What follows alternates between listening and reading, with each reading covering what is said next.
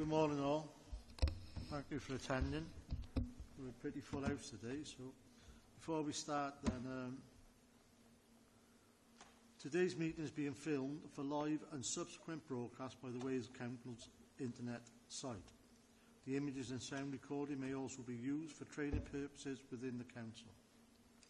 As you will see from the agenda papers, generally the public seating areas are not filmed. However, by entering the meeting room and using the public seating area, you are consenting to being filmed and to the possible use of those images, sound recordings for webcasting and or training purposes. Proposed public speakers have been made aware of broadcasting arrangements prior to this meeting. Would members please use their microphones to contribute to the meeting, and please remember to switch off microphones when you finish. Usually now I say members to turn off their cameras and only turn them on when speaking, but there's going to be a change to the protocol. So could members who are present online please all turn their cameras on and leave them on. This is to make sure that everybody is present when the meeting is taking place because of voting purposes. So that's great, thanks. And as normal, if you wish to speak, please raise your hands. Also, could you ensure from using mobile devices during the committee and that any of the devices are on silent?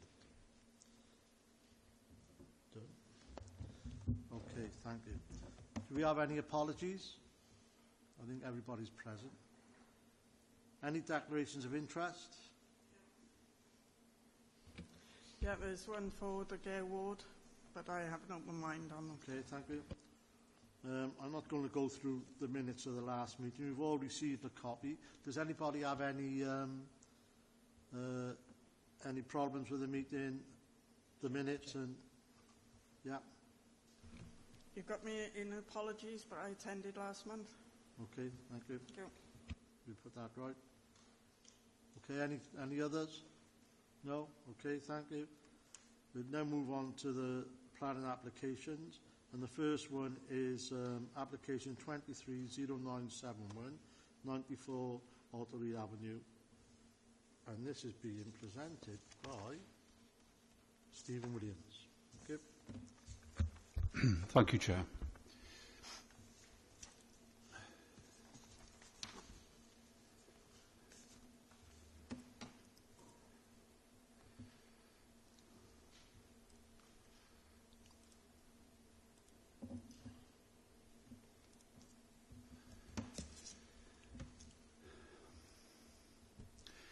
Okay, the application is being reported to Plan Committee at the request of Councillor Fairweather. This is a full plan application seeking to construct 2 detached dwellings on land to the rear of 94 and 96 Alterine Avenue. The new dwellings would face towards Alterine View. Alterine View is a one-way road with traffic travelling from a west to an east direction.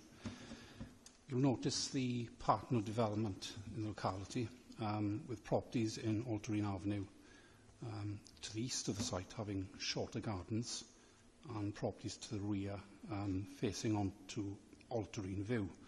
So the scheme is seeking to extend this partner development to the west. It's just a plan to give you the numbering of properties. So the application property is 94 Alterine Avenue. This is where the site is here, also to the rear of number 96. And the neighbouring property to the east is number 57 Alterine View. An aerial photograph, you can see Alterine Avenue to the south, and the site is where excavation has taken place. This is 94 Alterine Avenue here. And then this is an aerial view taken from the north. So you've got Alterine View here, and this is where the application site is. Just take you through some photographs. So this is a photograph of number 94 Alterine Avenue, taken from Alterine Avenue. So you can see the character in Aldrine Avenue is very much spacious, detached, set in well landscape gardens. It's a tree-lined avenue. Then this is Aldrine View. So Aldrine View is characteristic of a rural lane. You can see the application site just on the right-hand side there. And then to the left is countryside. And so we've got close to the site. You can see where the excavation has taken place, and the property in the background is number 57 Aldrine View. Just looking directly at the site. And then going further down Aldrine View. So you can see this, again, I've got very spacious detached properties, different character to Aldrine Avenue. Let's say it's off this rural lane, but still quite spacious and quite well landscaped. Right to the right-hand side, you can see where the application site is. Then this is taken pretty much where the dwelling would be built, approximately, looking back in the garden of 94 Aldrine Avenue. And then we've turned round and looking towards the application site, which is behind the hedging, looking out towards the countryside. And then this is from, again, the application site, looking at number 57 Aldrine View. So there's a planning history to the site. In 2019, we granted outline consent to construct 2 dwellings. So you can see House 1 and House 2. So Planning Commission was granted to subdivide the garden, construct these 2 units, sort of in line with number 57 Aldrine View. It was an outline planning permission, so all matters were reserved at this time, except means of access. Means of access was included, and that showed that access would come off this point here.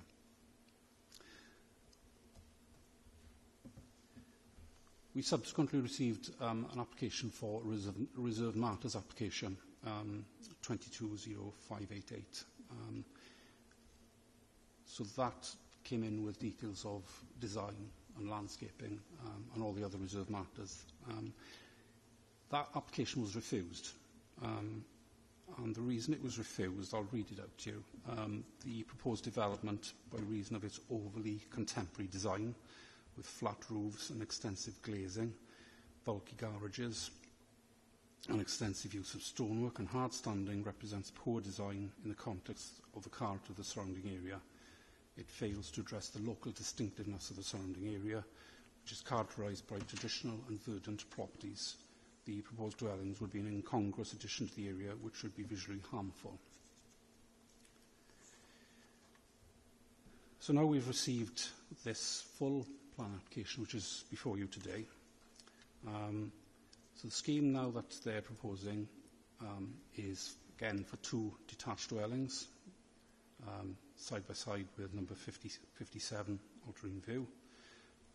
Access of Aldrine View here, so very similar to the outline plan commission that's previously been approved. And then with, let's say, the access would lead to sort of a driveway, which would serve garages, and then rear gardens at the back. So this is the lower ground floor site plan. So you'll recall from the photo that showed the excavation works that the road, Aldrine View, is actually at a lower level than the gardens of Aldrine Avenue. So the lower ground floor is essentially street level at Aldrine View. So you can see the access that comes in, and it would serve triple garages. So the garages are of 2 spaces and a space at the back. And then there'd be sort of a basement with cycle stores, bin storage. You'll notice on the plan that there are proposals to ensure adequate visibility. So there's a 2.4 by 25 metre visibility display. Now, the visibility display is only in the westerly direction, and the reason for that is, as I mentioned earlier, the road is one way. So there's no need to worry about visibility in this direction because cars shouldn't be travelling in that direction. It's proposed to provide a hedgerow, which you'll notice crosses into the visibility display, but that would need to be maintained to 0.6 metres. So it just provides a little bit of greenery, but maintained to a height to ensure that it doesn't impinge upon that visibility display. There's also proposals for pedestrian visibility displays, which are these grey hatch areas here and here. Service vehicle pull-in, sort of a lay-by here for visitors and delivery vehicles. There's also like a speed bump here, and the proposal is to upgrade that to a speed cushion, just to sort of slow traffic down that much more, just to make it a bit more safe. You'll notice in the report that condition 6 requires the access and parking areas to be provided, but I'm suggesting that condition will need to be amended just to ensure that we also encompass the improvements to the highway, the speed cushion, and the service vehicle pull-in. So that's something we can amend after the meeting. Moving up in level, then ground floor site plan.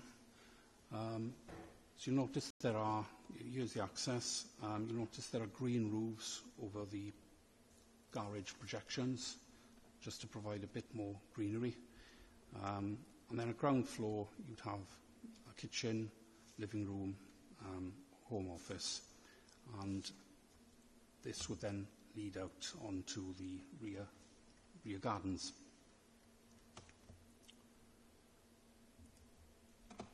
Then first floor level would contain the bedrooms. So each property is a 4-bedroom property. I'll just point out actually that to the front, so facing onto Altarine View, there are balconies to take advantage of the countryside views. On the rear, just Juliet-style balconies to protect the privacy of the neighbours. And then second floor, just some accommodation in part of the roof to provide a 5th bedroom. Sorry, they are 5-bedroom properties. So here's the elevation from Altarine View, so the front elevation. So you'll notice low ground, you've got the garage, steps leading up to the ground floor, first floor, and then the second floor accommodation. So from Altarine View, 3.5 stories in height, walls to be finished in timber cladding, rendered walls and stonework, and then the roofs finished in brown tiles. The height, they are higher than the neighbouring property number 57. So from that point, the highest point of the ridge of this property to this point is about 1.3 metres. And from this point to this point is about 2 metres. So they are higher.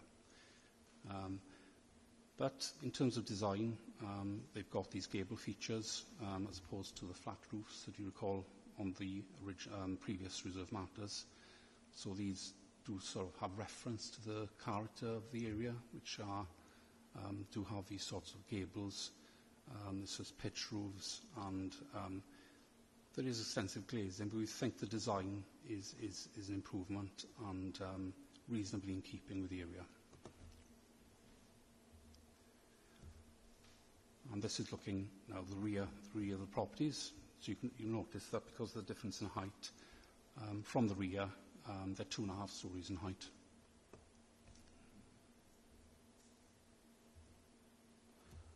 Just some sections to demonstrate the change in height there for you.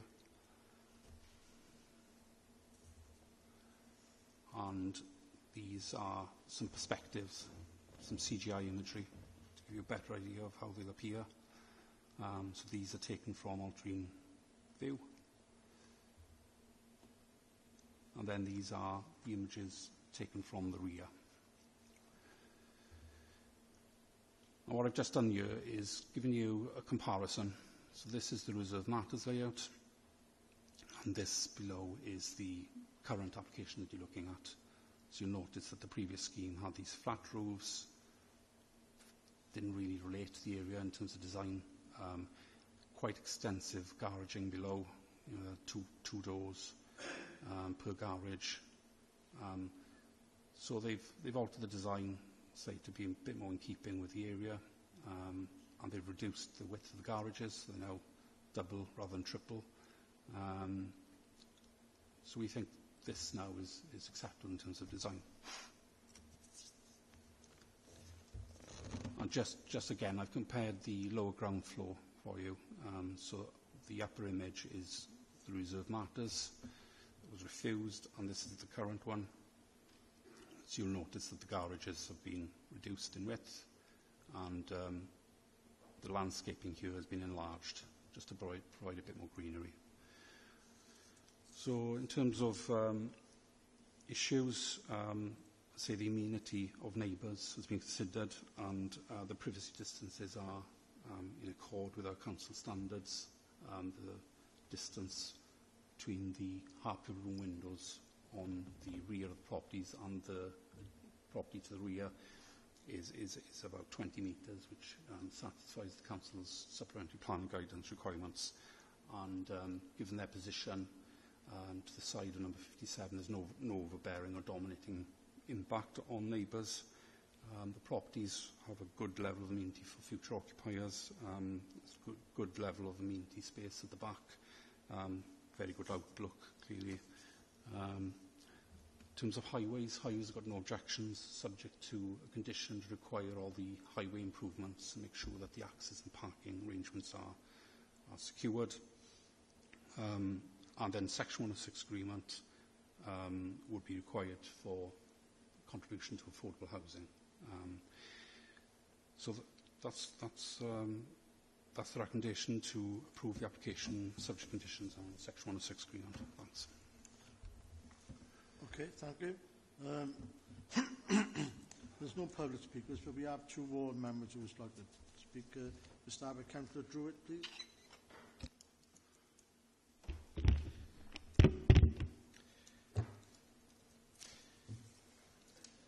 Good morning, Chair. Thank you for giving me the opportunity to speak here this morning. I speak in support of granting this planning application. The planning application meets all the criteria laid down by statute. General principle states that development will not be permitted where there's significant adverse effect on local amenity in terms of noise, disturbance, overbearing, light, odours and air quality. The officer's view is that strict criteria will be applied to ensure that substandard living environments are not created. In 7.6.2 of this report, the officers say it's not considered that the proposed dwellings would cause undue privacy loss to 94 or 96 Altarine Avenue.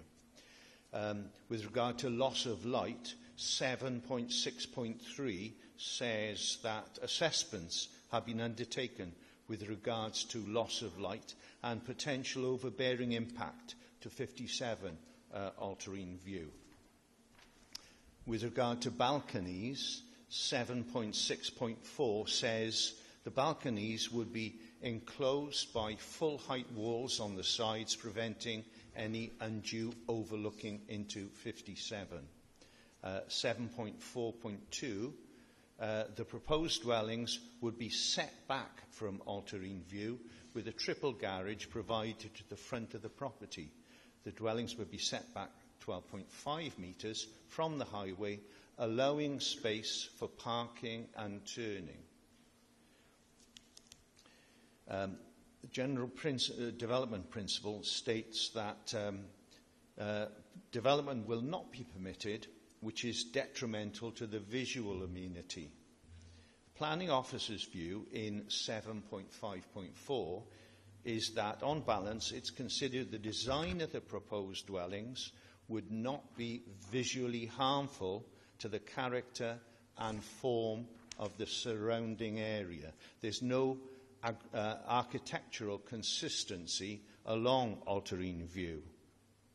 The pitch-roofed element would integrate the proposed dwellings within the street scene.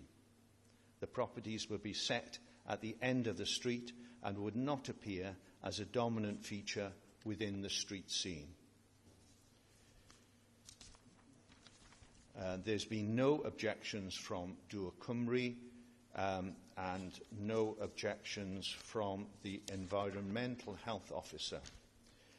In conclusion, the proposed development is considered to be acceptable in accordance with the various policies of Newport Local Development Plan. And it's considered that the proposed development would not result in a harmful impact on the residential amenity nor the character of the surrounding area. It's also considered that the proposed development would not result in a harmful impact on highway safety, and it would deliver sustainable development through financial contribution towards affordable housing. For a number of years, the applicants have been submitting planning applications for the site, which have been rejected by planning officers, and each time they have amended their plans in the light of the reasons for refusal. This time their application meets all the planning officers' criteria, and the planning officers are minded to grant this planning request. I cannot understand why the application has been called in, and I ask that planning application is granted. Thank you very much. Councillor Fairweather. Good morning, Chair. Good morning, Committee. Normally, I do not get involved with planning applications, unless, of course, there are concerns from the neighbours and residents. And on this application, there are concerns from the neighbours and the residents. Firstly, it is believed that it is an overdevelopment of the site. I know that Planning Committee no longer do site visits, or you don't seem to do very much. If you had a look at the site, you would see that it's going to be quite tight there for two properties of this size. Secondly, the drawing itself indicates that foul waste to run through the boundary at 96. The owner of 96 does not give permission for that foul waste to be connected up through his property. So you will have to find a way of connecting the foul waste some other way. If you look at the back of the houses, there is substantial glazing. This will create an overbearing impact on 96 and 92. Both of those properties now will be overlooked substantially by this house. I'd also like to bring to your attention that this application has been refused on a number of occasions, and yet the applicant has chosen to still carry out excavation work on the site. We have had, back 2 weeks ago, we've had wagons of earth being removed from this site without planning permission being granted on the site, which I think is unacceptable and is a slap in the face here to the planning department and to the committee. That should not have been happening. They should have waited until they had permission to build on that site. In regards to number 57, Altarine View, the house next to it will be overbearing. It is considerably taller, considerably higher. I would ask committee to please think about the residents that are already there, the impact that this application will have upon them, the overbearing impact, the loss of privacy in their gardens. And I would ask committee to please consider that when you make your decision. I'm now going to go off. I have to be somewhere else. But thank you for the time for listening. Bye-bye. Thank you, Councillor Fowler. I'm now going to open to the committee now for questions. Is there anybody have any questions like to raise their hands?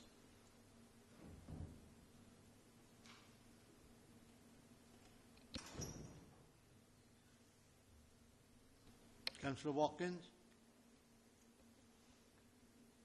Thank you, Chair. Could I have the plan of 57 and the new development, please, on the screen? Or the footprint of those two developments. That doesn't show me 57, how close 57 is to the development, does it?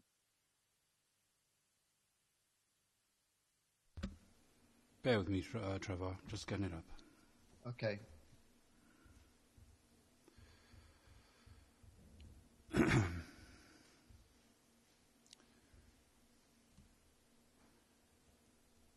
Okay. Okay, can you see that? Yeah. So this is 57, I take it.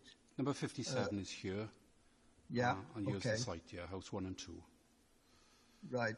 I am concerned about the height. With the flat roof ones, the height wasn't any greater than 57, but now with the apex roofs, you're talking about it's going to be higher. What boundary works are there between the two properties? Do we know? Is it the fencing? Obviously, it's going to be a fencing, I would imagine, or a wall. Let me just have a look, see if it's...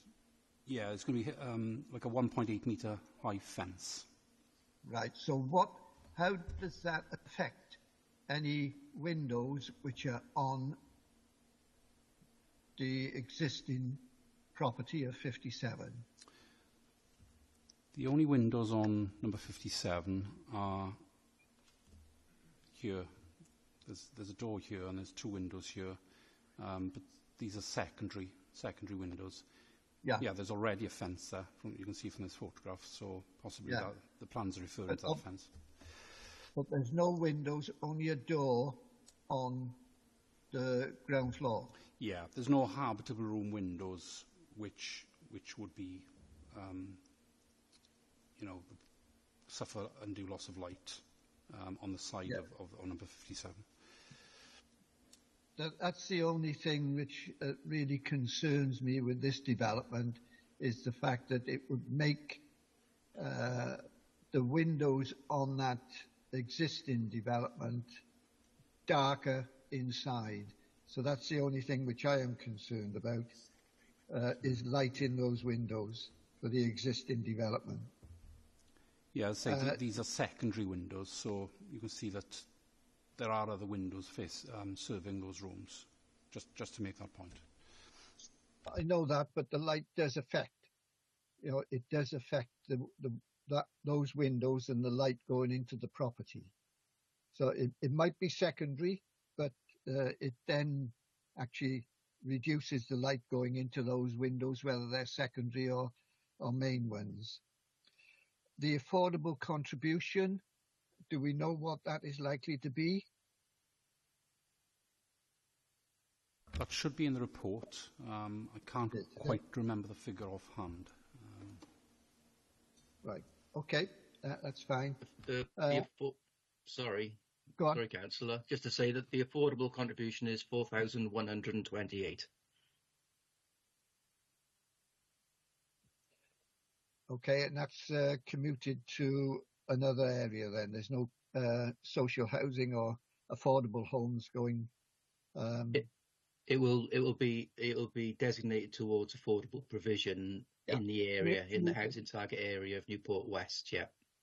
Right. So it's commuted somewhere else. Yeah. Okay. Lovely. That's all the questions I have. Thank you very much. Thank you, Councillor Watkins. Any further questions? Councillor Jones. Thank you, Chair. Just an observation more than a question, really. Looking at what's produced in front of us now, diagrams, etc., the two properties, they just look like they're supersized compared to the rest of the properties in the area. So they've been moved to similar character, but if you look at them in the space that they're being used next to the properties similar to them, they're in character. I can get that now where we've changed the application, but they look like a bigger model version, and it's supersized, and they just still, to me, stand out as being a superstructure compared to the original ones. Is your view similar from planning that, they're in within restrictions of building quality size-wise to the area? Because, I don't know, you just look at it, walking down the street, you'll be looking at it and thinking, impressive, but slightly bigger in scale to everything else around it.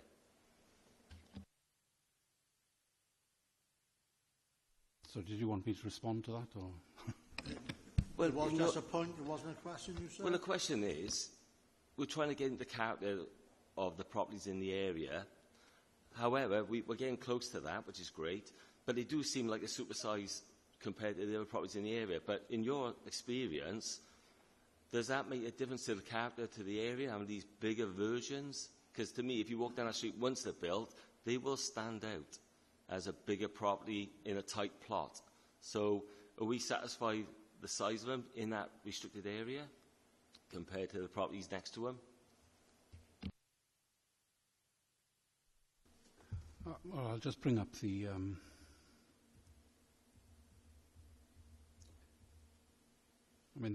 that gives you some idea of the scale. And I'll say, as I pointed out in my presentation, they are higher than the neighbouring property, and they are quite large in scale.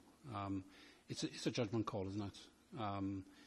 You're looking at a street scene that's got large detached properties, reasonably well spaced, and these properties are detached, and they are spaced, possibly not as much as other properties are, but it's just a judgment call. Is this,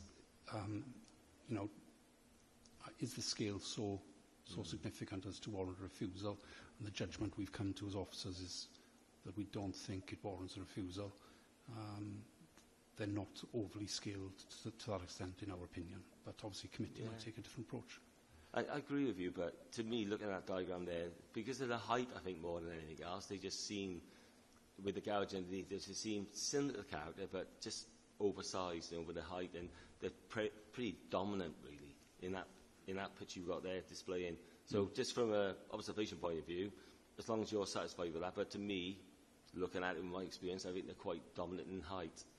And if it meets all the criteria, obviously, but it's just an observation. I just think they are still quite dominant for the area, but they're closer to character. Okay, thank you. Councillor Jordan. Yeah, thanks, Chair. Just one quick one on this, which Councillor Trevor Watkins has actually brought in. Those two secondary windows on the side of the side of 57. How far is that property away from number 57? And also, did you do the 45-degree angle test on those secondary windows for this application as well?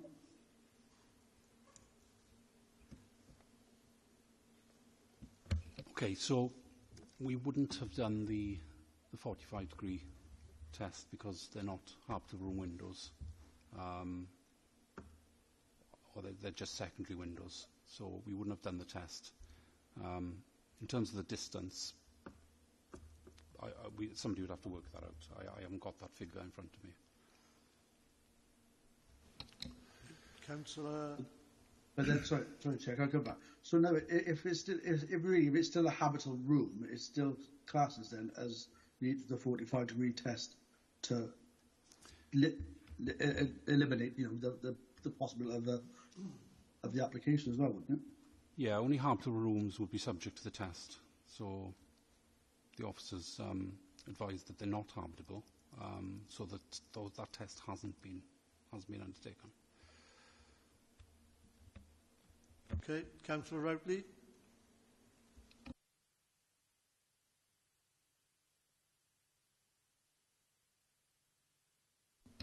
You're on mute, Councillor Routley, if you are talking, that is.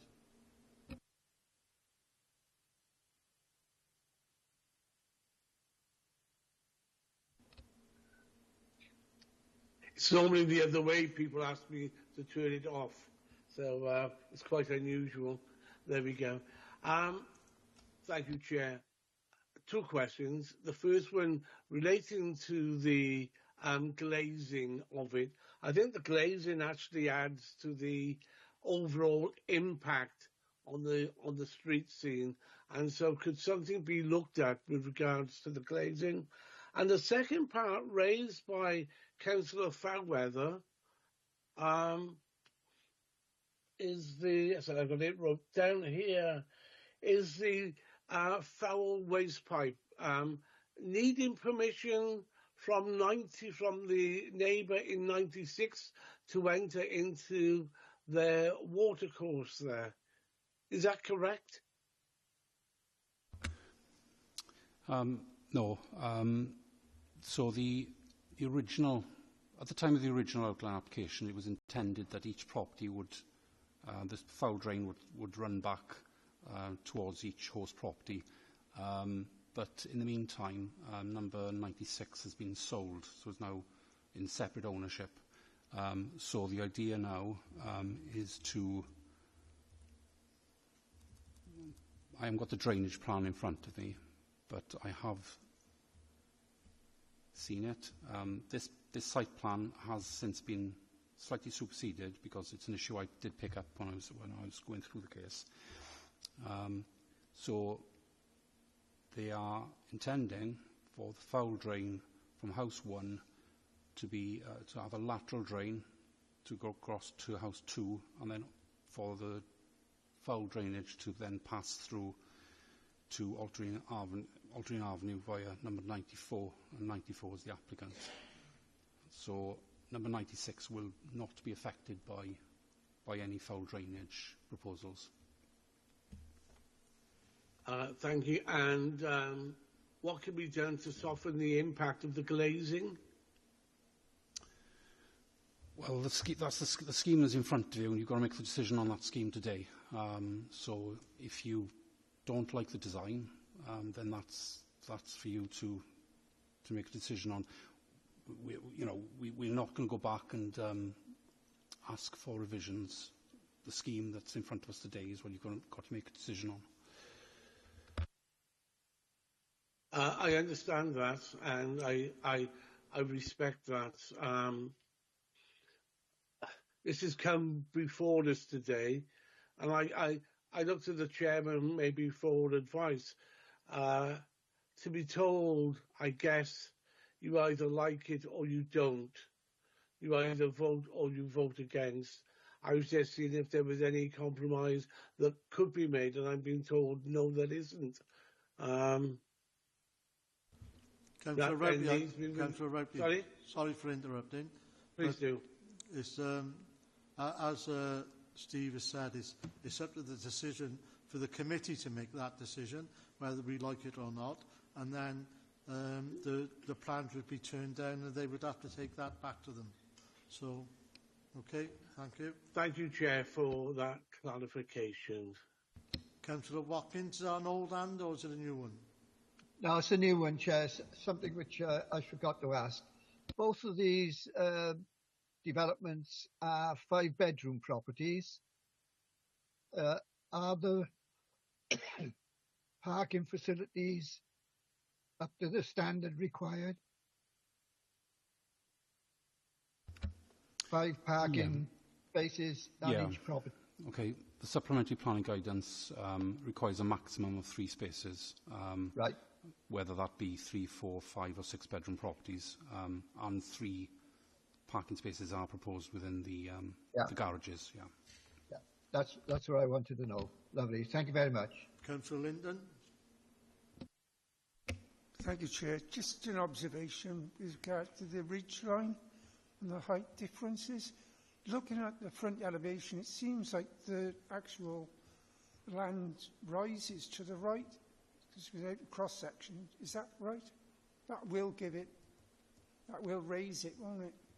The ridge lines?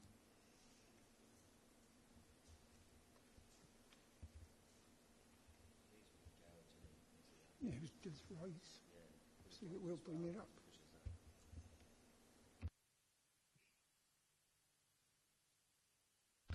the section drawing. So this is number 57. Yeah, so there's a slight step across the site.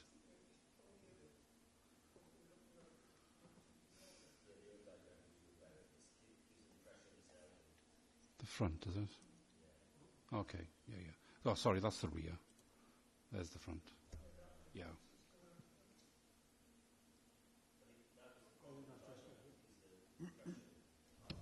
Sorry, I think that's just a wall, isn't it, in between that goes up? I think they're on the same level.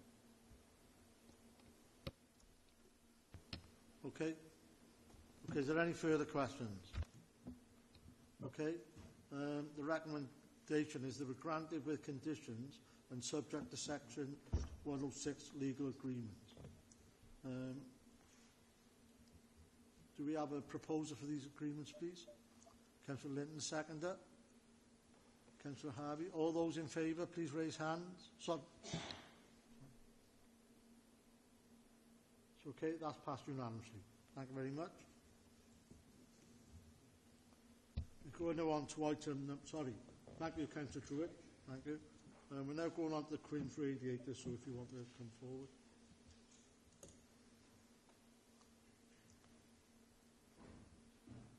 Chair, just to declare an interest that it's in my ward.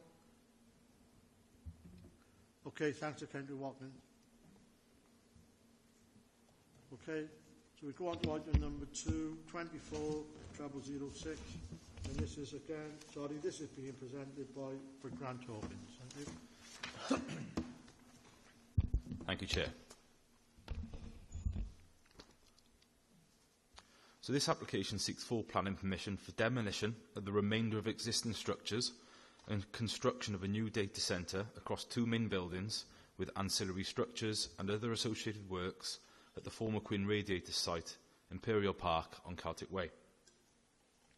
The scheme that is being presented to Planning Committee today constitutes major development, owing to its site being greater than 1 hectare in size and also the proposed floor space being greater than 1,000 square metres. The scheme has gone through the Council's pre-application advice process and has been subject to negotiation throughout the course of the planning application process. An EIA screening has been undertaken previously, and the proposal is not considered to be EIA development. The site currently has prior approval consent in place for the demolition of the existing smaller buildings at the site and for the roof structure of the main building, along with some groundworks. The application site is approximately 16.5 hectares in size and is located in the southwest corner of Imperial Park, has a primary access off Celtic Way to the east, although a secondary access is also located to the west, although that is currently not in use.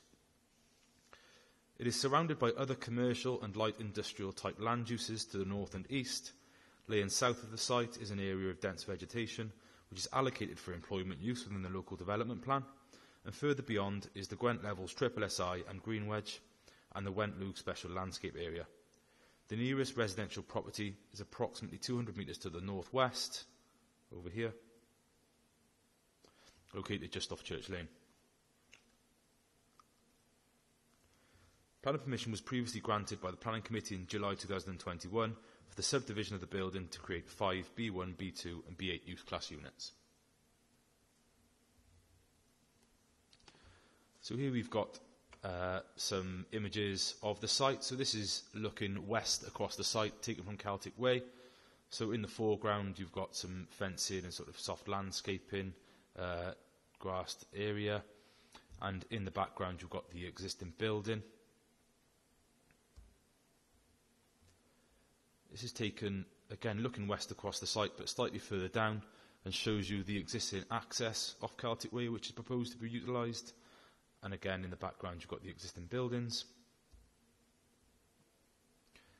This is taken over the west of the site, looking in an easterly direction from Church Lane. This is the secondary access, which currently is closed off and is not in use, but is proposed to be reused as part of the development. And here we have a series of photos, the first one in the top left being drone image of the existing building, prior to sort of any demolition works which are taking place under the prior approval consents. And then we have a series of photographs taken internally at the site of the existing building, existing outbuildings, general hard standing, giving you an indication of the sort of the condition and scale of locations of the buildings on site. Moving on to the site plan. This is the proposed master plan for the development. The proposed data centre development is a part of wider ambitions of Microsoft to establish several data centres in South Wales. A data centre is where information from the internet, the cloud, is processed and stored, and refers to scalable virtual networks where physical parts of the internet connect to. In today's world, it is much more efficient and secure to store data on modern purpose-built data servers in a purpose-built data centre. The scheme comprises of the construction of two buildings, both rectangular in form, that combine to provide just under 35,000 square metres of gross floor area, and comprise of a series of data cells and associated administrative and welfare facilities. The buildings are referred to as CWL01 and CWL02, and measure up to 395 metres in length, 58 metres in width, and to a height of 9 metres. A series of chimney stacks are required as part of the cooling strategy for the site and will be up to 14 metres in height. The site layout includes utilising the existing access points to the east and west of the site, with each building having its own parking area, cycle stores. Substantial soft landscaping is proposed throughout the site, as well as drainage features for sustainable drainage purposes, including attenuation ponds and swales. It is anticipated that the scheme will generate 120 employees when it is fully operational. In order to facilitate the data centre operation, there are a series of supporting functions that will be included within the grounds of the site. The model on the slide is useful to provide some context of this and shows the location and sort of scale of some of those features, which include a substation, water treatment area, generators, gatehouse and e-house.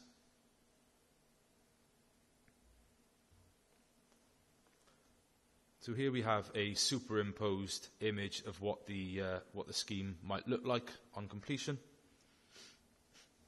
In order to facilitate the data centre operation, there are a series of... sorry, I'm repeating myself.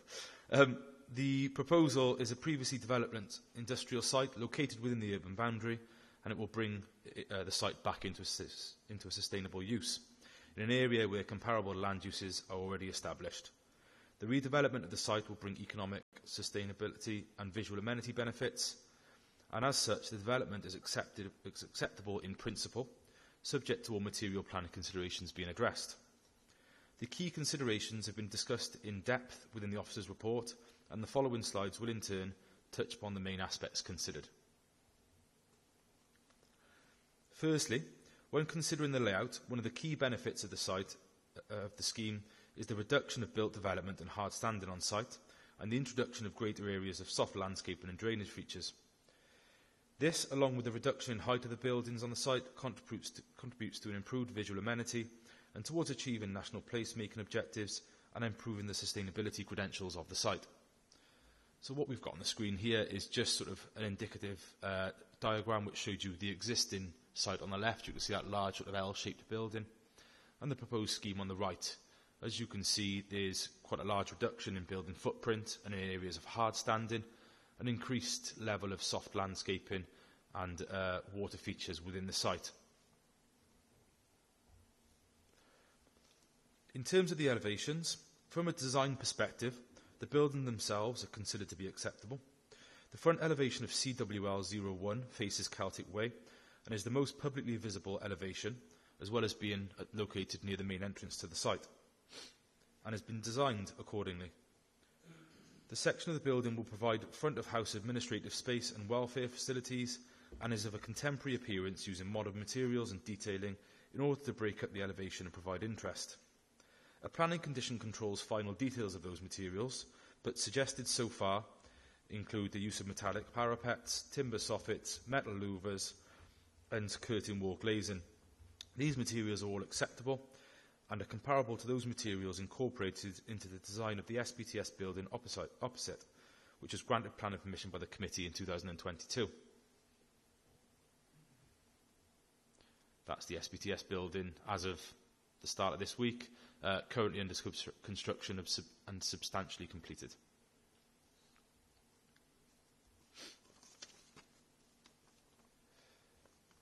So I'm just going to skip back.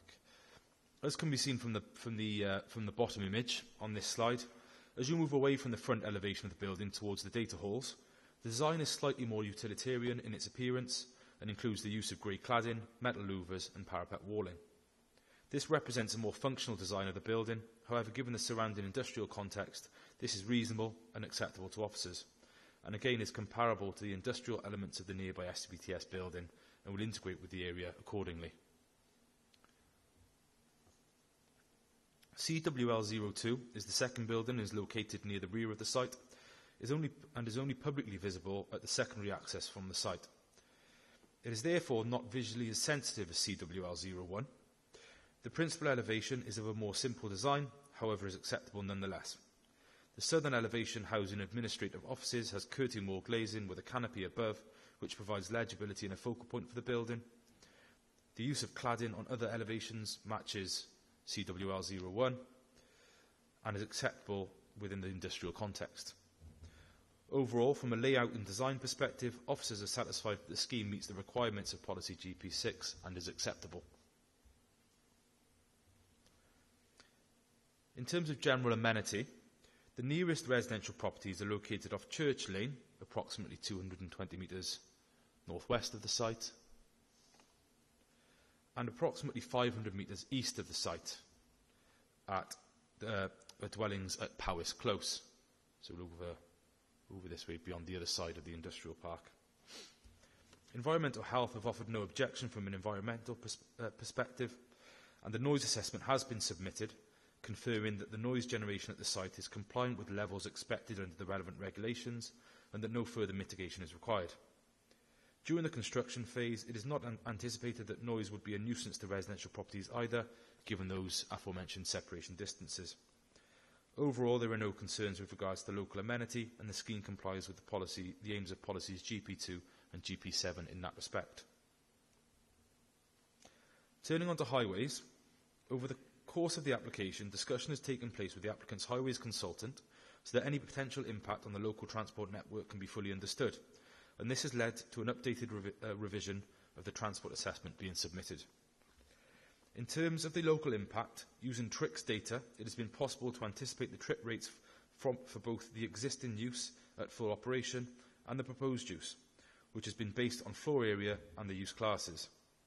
Further to this, in April 2024, a traffic survey was undertaken for the CWL1 Vantage data centre, very nearby, which is in operation at Imperial Way, in order to use real-life data for a comparable land use.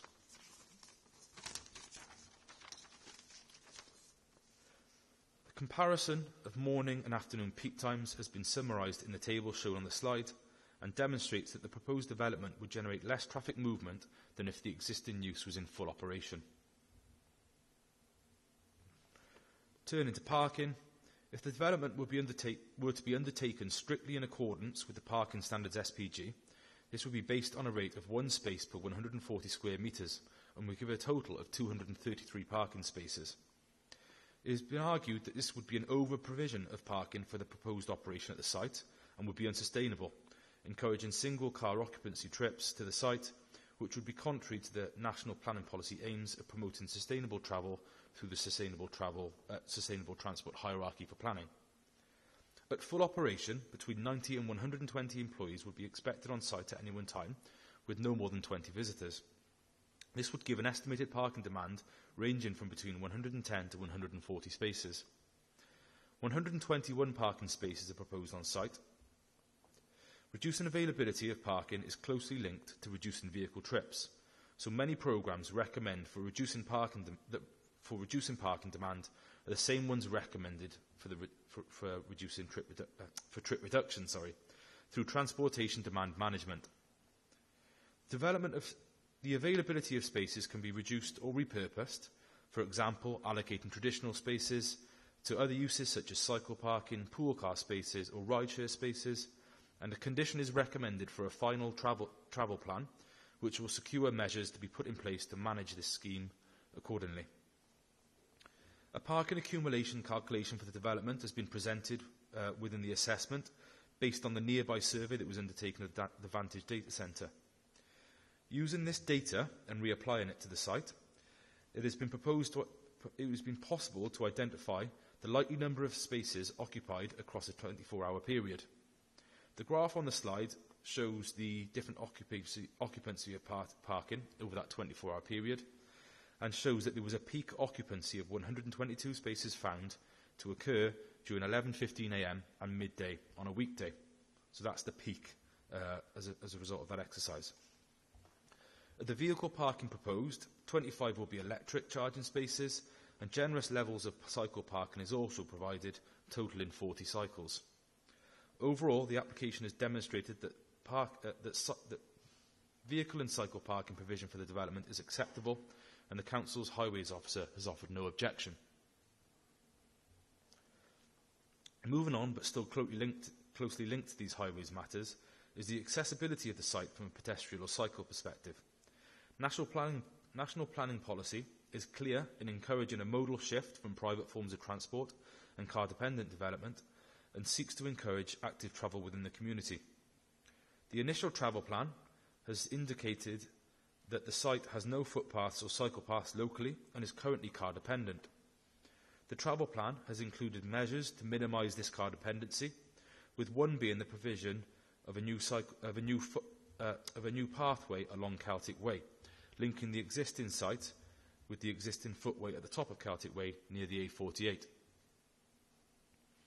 The suggestion is for a route that could be used by pedestrians and or cyclists, and the travel plan has suggested that a financial contribution towards the provision of this could be secured through a Section 106 legal agreement. Through discussion with the Council's project team and using a preset cost framework, a basic cost of £104,000 for approximately 600 metres of route has been estimated. The applicant has agreed to this financial contribution, and this is secured through the signing of a Section 106 legal agreement. Turning to landscape, trees and ecology, when considering the visual impact of the development, the Council's Landscape Officer has raised no concerns in principle, as the site is not considered as being sensitive, and the scheme is also serving a reduction in the scale of the built development on site. Chapter 6 of Planning Policy Wales Edition 12 focuses on addressing the nature emergency through distinctive and natural placemaking and well-being. A green infrastructure statement has been submitted describing how green infrastructure has been incorporated into the proposal and how the development supports biodiversity through the stepwise approach. There is little by way of existing green infrastructure or ecological interest within the existing site, given its existing industrial use. However, to the western boundary, an area of scrubby habitat and trees is proposed for removal in order to increase visibility around the applicant's critical security lines, ensuring uninterrupted CCTV coverage given the sensitive use of the site. Whilst the ecologist is satisfied that ecological interest can be preserved through a dormice method statement controlled through planning condition, the removal of this area has been raised as a concern by the Landscape Officer and Tree Officer, and is contrary to Step 1, avoid, of the stepwise approach, and would result in a loss of an area of green infrastructure. The site plan has been overlaid onto an aerial image on the right-hand side of the slide, and this shows that although there is an area within the applicant's control containing landscape features which will be lost, there is still a significant amount being retained between the site and the highway, which will act as a natural screen. Planting is also proposed around the boundary, but at lower heights, so it would have lesser of a visual impact. Chapter 6 of PPW 12 does allow for balance against wider economic and social needs of a business and local communities, and it is accepted in this instance that justification has been provided. Within the site boundary, the landscape plans propose much increased landscape cover throughout the site, and the scheme put forward for planting is generally acceptable. However, final matters such as specification and location of some of the elements of planting will need to be controlled through a planning condition, and this has been accepted by the landscape officer. Overall, whilst it is acknowledged that the removal of the area of trees to the western boundary of the site would not strictly be in accordance with stepwise approach stage 1 avoid, it is accepted that the application has demonstrated that sufficient green infrastructure and biodiversity enhancements can be achieved through the scheme, subject to the matters being conditioned as necessary. The proposal, on balance, complies with policy SP1, GP2 and GP5.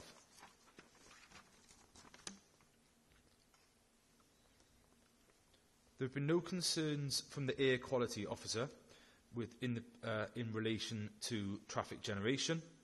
However, due to it being critical that the site remains operative at all times to ensure there is no data loss, the scheme does require 31 diesel backup generators to be included as part of the design. The air quality assessment has been accepted for the site in isolation. However, both Natural Resources Wales and the Council's scientific officer have raised concerns regarding the cumulative impact of these diesel generators at the site, along with the other data centres within this area, as in the unlikely event of a national grid power failure, all generators would need to be used together. Wording of a planning condition for an air quality management plan to be submitted for the development prior to first use has been agreed with the consultees, and this will address the requirements during testing and management of generators, as well as the cumulative impact on human health and the surrounding natural environment. In terms of flood risk, the proposal is less vulnerable in flood risk terms and is located partially within flood zone B, as per the development advice plans set out in TAN 15, and also the flood map for planning in Wales identifies that a small proportion of the site will be in flood zones 2 and 3, which you can see along the southern boundary of the site, that green hatched area.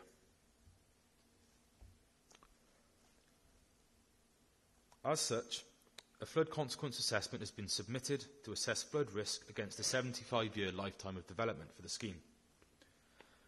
The scheme is justified as a regeneration project, and the technical assessment complies with all tests set out in TAN 15, and Natural Resources Wales have offered no objection. As during those predicted flood events, no part of the scheme would flood. This complies with the aims of Policy SP3 of the Local Development Plan. Moving on to heritage and archaeology, the Council's Principal Heritage Officer has offered no objection due to development not being close to any sensitive nearby receptors. The site is within an archaeologically sensitive area, and the Glamorgan Gwent Archaeological Trust is satisfied, subject to a condition securing the implementation of the submitted written scheme of investigation and watching brief. The areas in orange and green there are those areas that are sensitive according to the information undertaken. So that brings us to the conclusion. Overall, for the reasons that have been set out within the Officer's report and as summarised within today's presentation, Officers consider that the scheme is compliant within both national and local planning policy and is acceptable. It is therefore recommended to the Planning Committee that the application is granted with conditions subject to a Section 106 legal agreement with delegated authority given to the Head of Regeneration and Economic Development to use discretion to refuse the scheme if the legal agreement is not signed within 3 months of today's resolution. So, thank you for the opportunity to present the application, and I'd like to welcome any questions. Okay, thank you, Grant. Before we go on to questions, we have one public speaker who is supporting Mr. Jackson, please. Thank you, Chair, for allowing me to speak in support of this major application on behalf of my client Microsoft, to have representatives in attendance today. I don't intend to take the whole 5 minutes afforded to me. I really just wanted to emphasise a few key points of the proposals, but mainly and importantly to say thank you to a number of people. The scheme presented to you today is the culmination of 2 to 3 years of extraordinary hard work from all involved in this project. We've been extremely enthused at the support we've experienced throughout our public consultation events last year, our PAC submission at the end of 2023, and at the various site visits we've held for interested parties. The support of the public and other stakeholders has continued through the determination period, shown in particular by the absence of any public objection or any major comment from stakeholders. This has been very heartening to Microsoft, and we thank our neighbours and stakeholders for their support. Our main thanks, of course, go to the Planning Officer and their colleagues, as well as other key stakeholders. It has been a genuine pleasure to work with the Planning Department at Newport City Council from the time of our first pre-app meeting through to the last few weeks in particular, which I know are often the most stressful and time-consuming. Just particular thanks to Grant and Stephen Williams, who are genuine credit to the Council, and thanks to this positive attitude to engagement, not only do we sit here today with a recommendation for approval, but we've also been able to accelerate our overall programme by discussing and agreeing that certain demolition works were capable of being supported via appropriate applications as set out in the committee report and discussed at the start of the presentation today. We are delighted to see such a positive report recommending the scheme for approval and trust that committee members will see the huge positives the proposals will bring. From my own point of view, it is certainly a nice change to be working on a scheme that proposes less built form and massing than existing. But that is exactly what this scheme does. The proposals will regenerate a vacant brownfield site through construction of 2 state-of-the-art data centre buildings, complementing surrounding uses and significantly improving the visual appearance of the site. The scheme proposes significant biodiversity and landscape improvements, allowing a better blurring of the boundaries, particularly to the south where the landscape is at its most sensitive, as can be seen in the presentation today. And just from that presentation, I think it's important to point out the scheme is so landscape-led that the buildings proposed only occupy around 21% of the site, compared to almost half of the site covered by the old development. And in addition, we've been able to double the amount of soft landscaping to around 40% of site coverage, which again promotes not only a visually attractive site, but important habitat creation, biodiversity improvements and other sustainability benefits. The proposals will deliver new employment opportunities, not only through construction, but then operation, and we can really see that Newport is fast becoming an area where specialist skills and data centres will hopefully continue to develop. And I know this is something that locals were keen to learn more about when they came to our consultation events last year. As Grant's touched on, we will make contributions towards improved pedestrian and cycle links to help promote more active travel, and these improvements, combined with a detailed landscape-led design, will deliver a highly sustainable development in this location, which will conserve and benefit the natural environment and deliver a well-designed scheme entirely appropriate for its location. The development before you today is compliant with adopted local and national policies and represents a major investment in the local area by Microsoft, which will create significant economic benefits for the area. As a team, we've engaged positively with officers and other key stakeholders, reflected in the positive feedback to the submission, and we look forward to continuing this work moving forward while we hopefully get to implement these exciting proposals. Thank you for your time, and I trust you see the major benefits of approving this important development. Thank you. And it's good to hear a bit of praise for officers now and again. Thank you. Well done, Brent. Okay, I'm now going to open up the questions to the committee. Is anybody? Councillor Jones? Yeah, thank you, Chair. Just a question to the backup generators, really. How often will they be tested? Because obviously, like a lifeboat on a ship, they've got to be tested for use. How often are they proposed to be tested? And do we know the noise levels, the decibels, what they will generate when they are tested? I don't have the exact information to give you to hand right now, but what the suggested condition does control is that testing management plan. So all of the necessary information that is required by the Senior Scientific Officer and Natural Resources Wales will need to be included within that submission, which will need to be submitted to us and agreed by us prior to the first use of the building. So to answer your question, I can't, but I'm absolutely confident that all the necessary information is controlled through that condition. Yeah, thank you for the answer. It is a concern because obviously it has to be tested to be worthwhile in case of emergency. So it would be good to know that when we can. So that information is very key to the proposal, I think, that we get the information recorded as soon as we can. Okay, Councillor Jordan? Yeah, thanks, Chair. I totally agree. It's a welcoming site for Microsoft, a massive major company, in the UK as well, to bring his business to Newport, which is good. I love the design of the place; it looks good. They seem to have done quite well with what the development they wanted for. Even down to the ecological side, the habitats for wildlife, everything else. It looks good.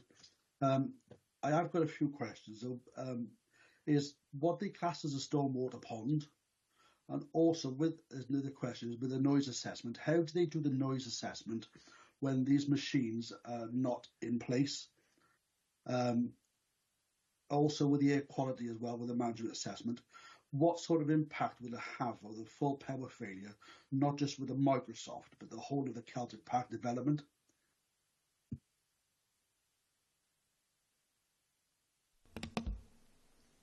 So, in terms of the noise assessment, I don't know whether anyone from Environmental Health is here that might be able to sort of give a bit more of a technical overview on that. But I suppose what I can say from my perspective is it has been reviewed by Environmental Health, and they are satisfied with it. And the levels that were sort of used and predicted within that assessment do fall within the levels that, the limits that are accepted in that regulation. So yeah, I'm not sure whether there's anyone present who can develop on that, or whether that will have to suffice, I'm afraid, Councillor. Do we know? No. Okay. And then, apologies, could you repeat your other question? Yeah, I would just wonder, because on the application said, with the pictures there, you've got the stormwater pond. What is that, the stormwater pond? So and also the air quality assessment, assessment. That was it. Yeah, so in terms of the water features on site, that forms part of the sustainable drainage strategy for the site. So any planning application that comes into us now that has a construction area of 100 square metres or greater, which clearly this does, requires a sustainable drainage strategy through the SAB process. That's through the SAB team, which is run alongside us within the council, but is a separate regulatory process. So from a planning perspective, we need to be satisfied and ensured that the proposed site plan can accommodate SAB features, and it's not just all concrete, for example. And we're satisfied that it does. And then the actual detail of that submission will go to the SAB department, who will look at that from their technical perspective. They will look at the exact features that are required on site. But a drainage strategy report has been submitted as part of this planning application to give context to that and to tell us why these sort of ponds and water features and swales and other features have been included within the layout. But the final sort of approval will come down through that SAB process. Does that suffice on that point, Councillor? Yeah. It's just for the would there be any? It's not contaminated water though, is it at all? Like no, it'll be sort of like your your general sort of surface water runoff and things like that.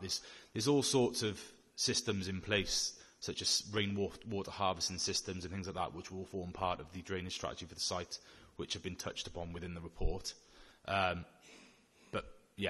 But it's not sort of contaminated water. There might be interceptors to clean things as it's required, but all that level of information will come down through the separate process.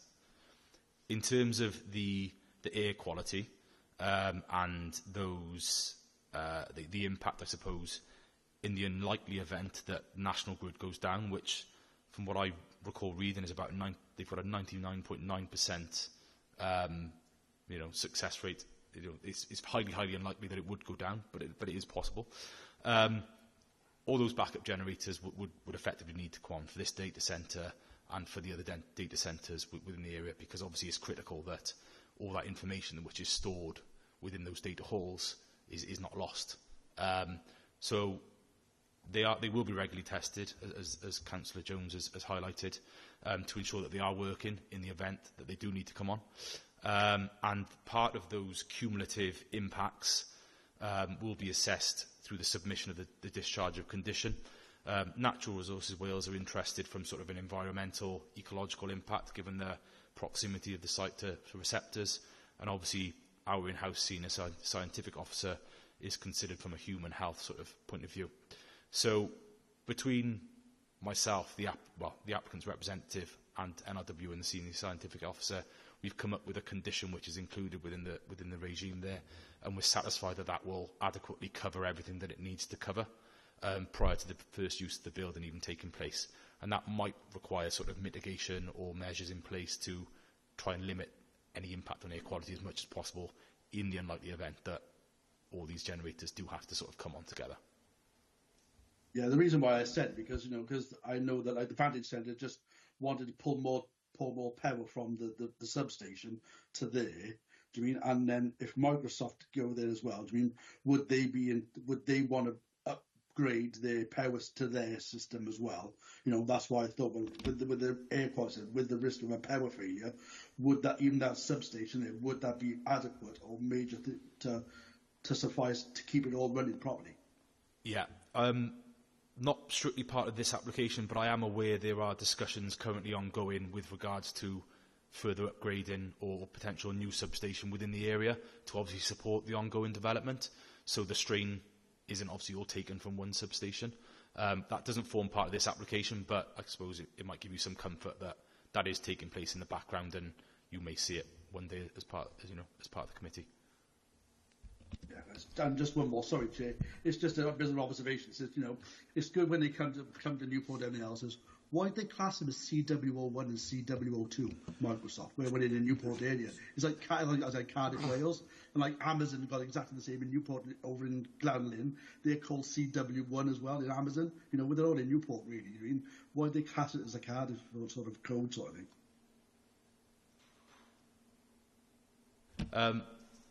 I don't know. Or is the answer? But it could be Casnewydd. They could be using the Welsh. Casnewydd. Very true. Yeah.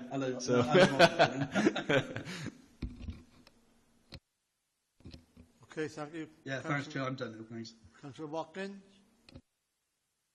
Sorry, Councillor Watkins. Councillor Ewells, your camera is turned off. Is that? Are you able to put it back on, please?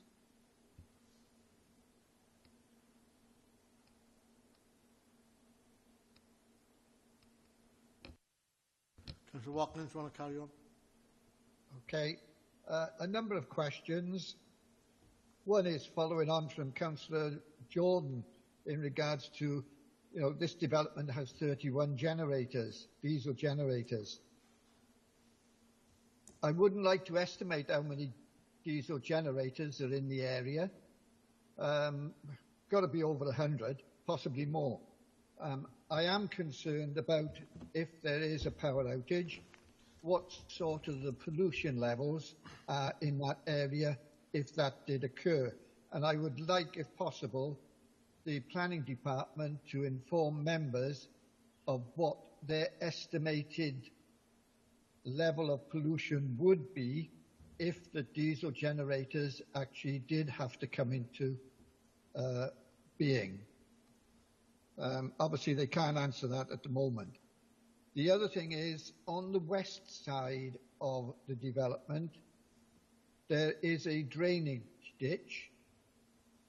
Can you tell me whether they have had consultation with the owners of that drainage ditch in regards to how it affects the maintenance of it?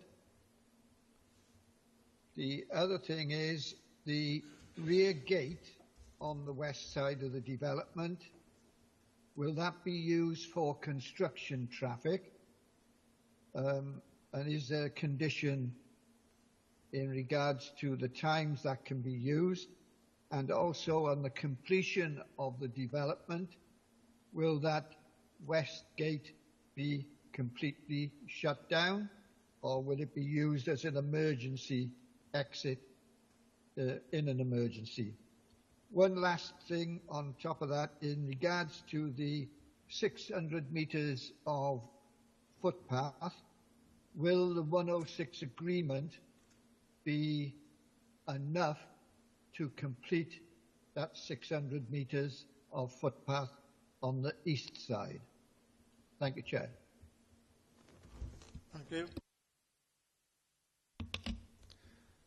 Right, so the first point was with regards to a drainage ditch on the west. I don't know.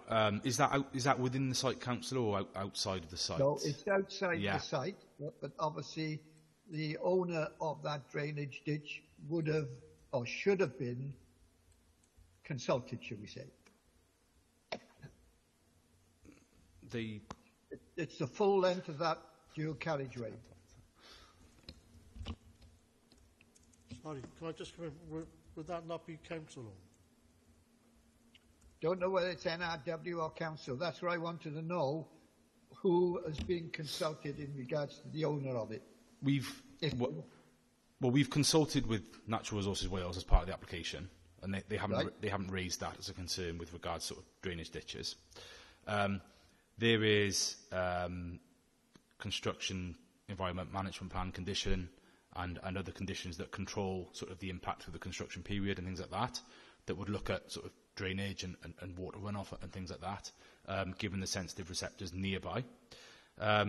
We've also consulted internally with our drainage department, and we've had no issues raised with in regards to any drainage features nearby that could be impacted as a result of the development. Okay. Okay. Going back to the air quality point, yeah. So I've just been sort of, with regards to the testing of that, just been advised that in the information submitted thus far, that the testing is monthly for those generators.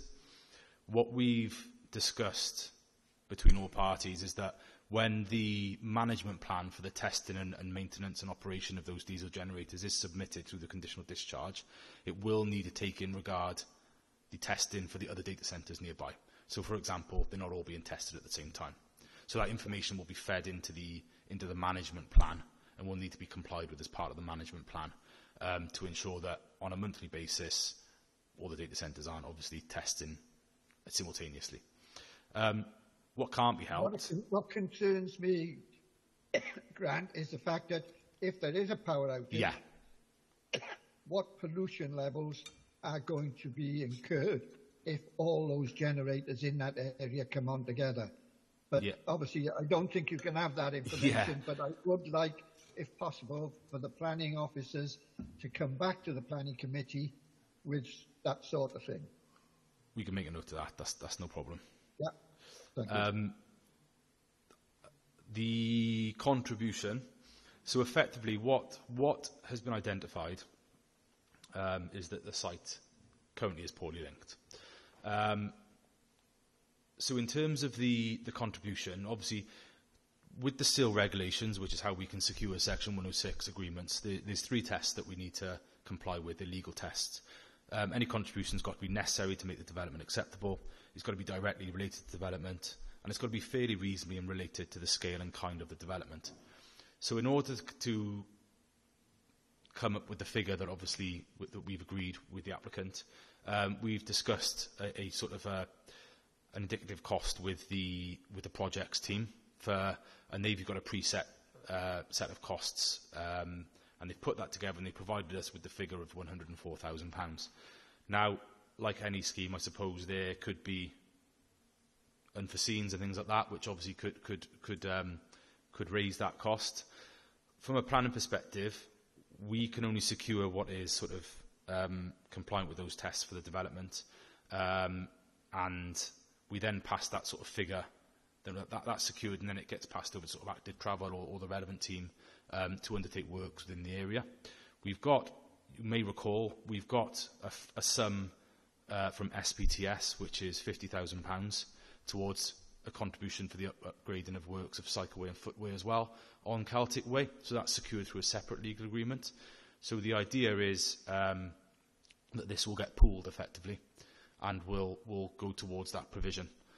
So our job in planning is to secure that, is to secure those provisions and pass it on to the necessary teams who can sort of undertake the works as required. There also may well be funding available through Welsh Government projects and things like that, which could be brought in and used to upgrade accessibility in the area if that was sort of deemed appropriate. Does that adequately answer that question?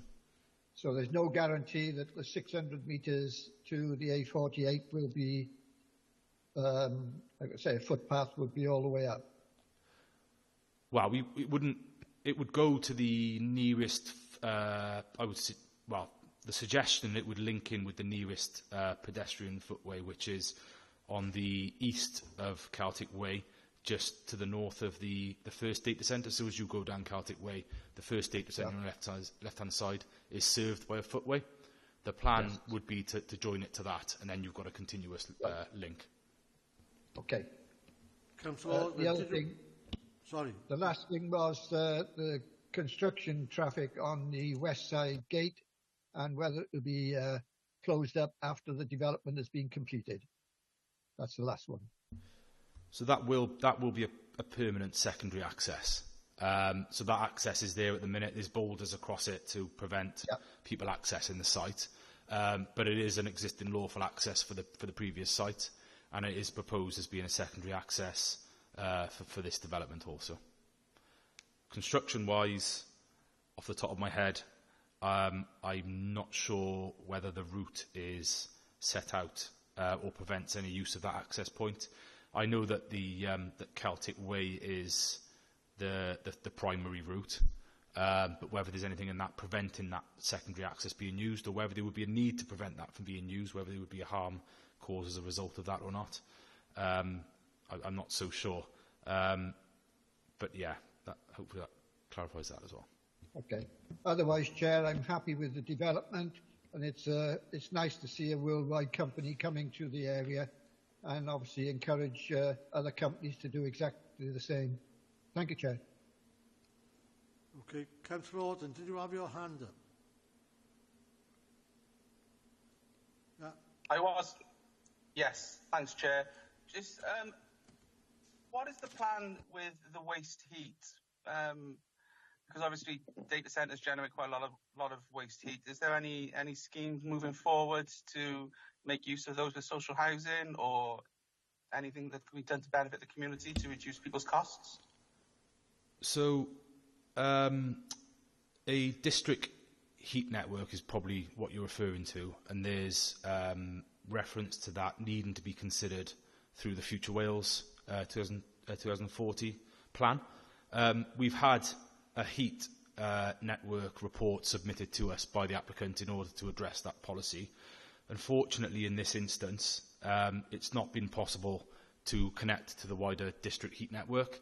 There's a number of reasons for that set out within the report, but I think primarily issues with land ownership and other things outside of the applicant's control that would prevent that from happening is present. The scheme itself is sort of is LEED compliant, which is leadership in energy and environmental design. That's a certification. So in terms of sustainable principles of the site, it's very high level. But in terms of the wider sort of using that heat in the wider area, unfortunately, it has been considered, which complies with the policy in the document, but it's not practical or able to happen in this instance. Okay, thank you. Before we go on, thank you. Before we go on any further, I'd like to say what others said. It's great to have a company such as Quinn Radiators in Newport developing the site or whatever. Sorry, Microsoft. In the area and developing their business. Well, we've got the agent here now, so instead of going away and then asking him to reply to a few things, I'm going to just ask if he got the knowledge, if you could let us know. Councillor Watkins brought out about the secondary access. Is that likely to be opened up at all? When under operation, do you mean the secondary access point? We can take that away and speak to our contractors on site. I think the intention was to probably try and avoid using that if at all possible. I know we've had contractors on site with demolition who've built up good relationships with the neighbours. I'm sure we can set up, I think they're in constant dialogue with neighbours. We can feed that back and include that as part of a construction management plan, that either it's not used, or if it's used, there's advance warning or a certain number of times. We can take that away and filter that. And secondly, just quickly, you might not know this, but you might not know the answer. Well, in my past employment, we did have quite a few generators on the site I worked at, and they're so environmental friendly now, generators. Do we know what generators they are? Are they to that extent? We don't at the moment. Obviously, it's an ever-evolving technology that's always constantly improving. When we've done our assessments, we've assessed it on a worst-case scenario, and we're always sort of striving to better that, and that's part of the technical design that will go on now, hopefully, post this stage. But we're always looking to improve that. Yeah, thanks, Chair. If I can just point out that this proposal would require an environmental permit as well from NRW. So they are developing guidance in terms of air quality all the time. We are seeing more data centres. They are aware of that, and they're trying to keep up to date with it. So there are other regulatory controls in place allied to the condition that Grant has previously alluded to. Thank you. Okay, thank you. So the recommendation is we grant it with conditions subject to 106. Do I have a proposal, please, Councillor Jones? Seconder, Councillor Howells. Councillor Howells, I just have to... your camera did go off. Can I just ask if you was there for all the... I was, sorry. I'm having some work done on the internet line and it keeps cutting out. So I turned the camera off because I was losing connection. So. Okay, thank you. So, okay, then all those in favour of the recommendation, please raise hands. Okay, that's unanimous. Thank you. And passed. Okay, we're now going to step on. I just want to thank you very much. Is it?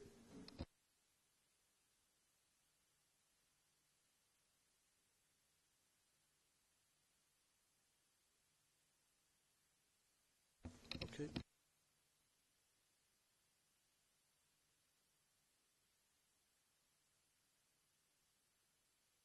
Okay. What I'm going to do, because you've sat here patiently, I'm going to ask you if you'd like to come forward. I'm going to bring item 4, which you are, the last one, forward, and then so we don't have to keep you through the next item. Okay, so if you'd like to come forward.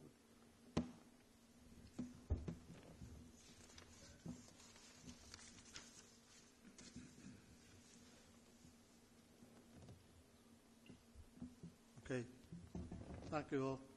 So we're going to bring item 4 into item 3.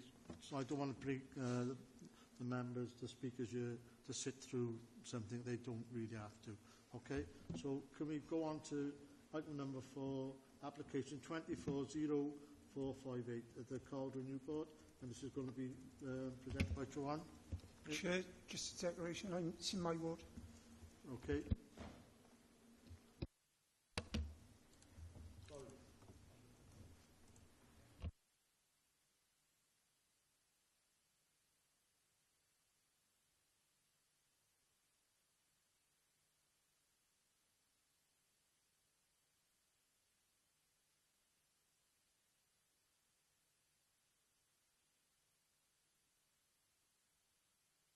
Okay, can I just confirm then, Councillor, that you haven't predetermined any outcome on this, or you've got an open mind? Right, Chair. No, I haven't made any predetermination. Okay. It's Councillor Lacey has brought this forward. Okay, thank you very much. Okay, Joanne, thank you. Thank you, Chair. This application is reported to committee, as has been called by Councillor Lacey, in order to consider and debate the proposal's impact upon neighbouring amenity. The application seeks permission for a single-storey rear extension following demolition of a garage. The application is largely retrospective.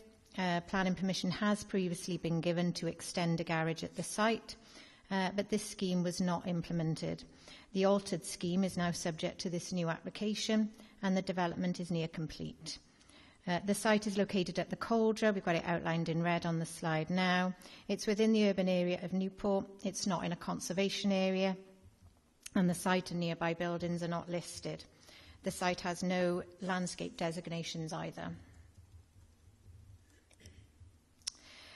The street known as the Cauldron, if you're aware of it, has a pleasant visual amenity. Houses are of traditional 30s style, primarily detached and in generous plots. The application property is shown on this slide by a blue arrow. The northern side of the road is of avenue style, including a wide highway, roadside verges and verge trees in the public realm. Each house has a private driveway with a mix of front gardens, with a mix of front garden treatments, with many having created hard-surfaced parking and turning areas to maximise off-road parking potential.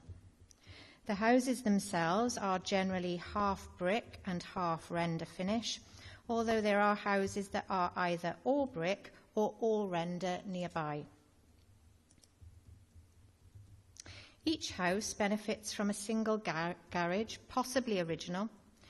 These are very well set back from the public highway, and some spaces between buildings have one garage, some two side by side, as is the case with this site. Whilst traditionally of pitched roof form, some garages have been altered or rebuilt with different roof forms, and there is variation of finish and materials in these outbuildings, with some rendered, some brick, and some both.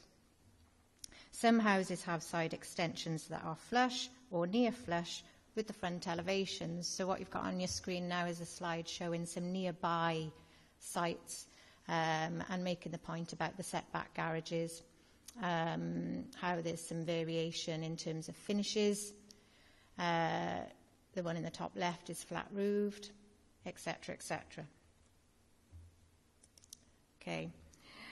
Opposite the site is more recent infill development, so these two are newer, adopting a traditional form and compatible materials palette, but displaying integral garages. On the whole, the garages are clearly secondary and are not highly visible by reason of their substantial setback in particular. Alterations to them per se are acceptable in principle. In this case, the applicant has demolished the single garage you can see on these photographs, along with the rear glazed porch addition, and built a new extension that is attached to the rear wall of the original house. Off-road parking is not affected, as the house benefits from acceptable provision in its front forecourt. These photos were taken last year and show the site pre-development.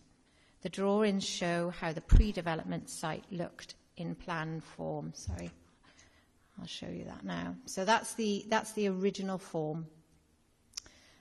So the garage here at the back, the little single-storey porch addition, both now demolished.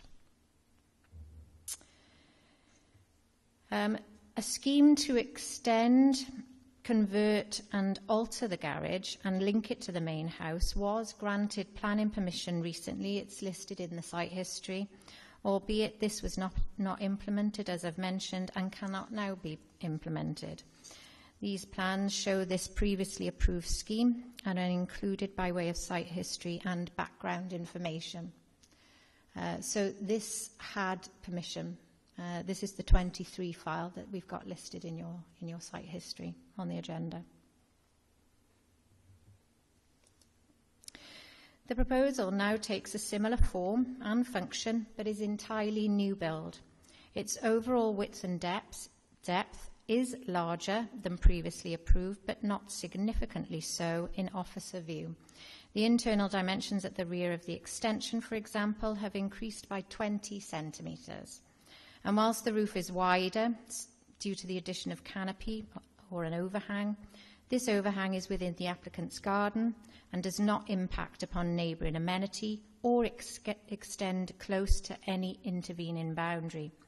The position of the extension alongside the boundary with number 56, which is on the left of the plan here, is akin to the original garage location, and no part overhangs the boundary line.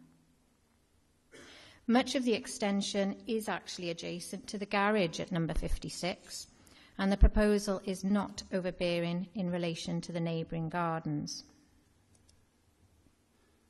In relation to the height of the proposal, the current scheme is approximately 28 centimetres lower than the previously approved scheme. So the current proposal is shown edged in red or with the red dashed line, and the approved scheme is the plan. Now, the scheme has attracted attention from some neighbours.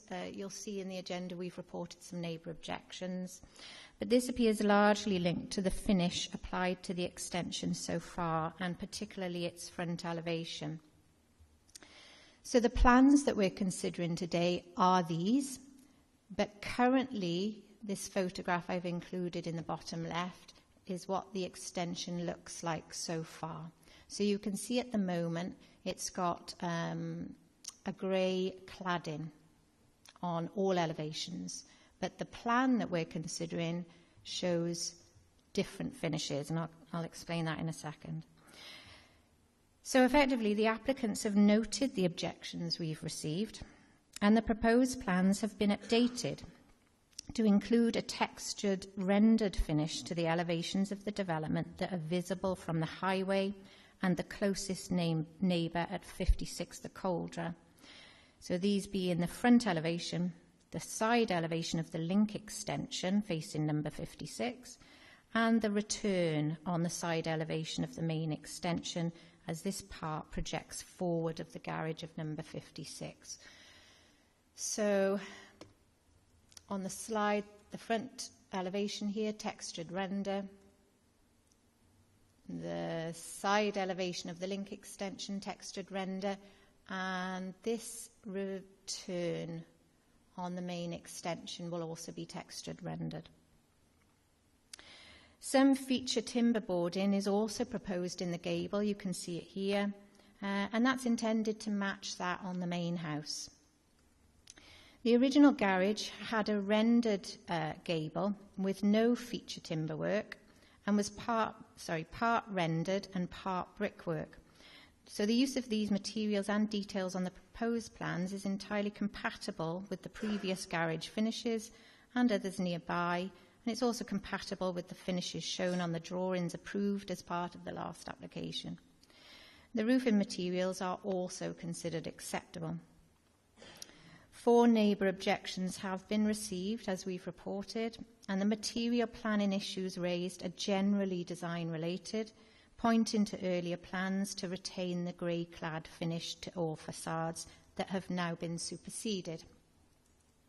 As already mentioned, new plans have been received to show the removal of cladding on some parts of the extension and the use of textured render instead, and it's those plans that we're considering today. At the rear, where elevations of the extension are not visible from public vantage points, the cladding is retained, and officers have no objection to this. The scheme accords with adopted policy GP6 and is acceptable in design terms in our view. The nearest neighbour to the development is particularly aggrieved on the matter of finishes, along with the fact that the extension extends approximately 75 centimetres forward of his garage. Sorry, I put 700 there, but it's actually about 750. He's also aggrieved that that projection forward is visible from his kitchen window.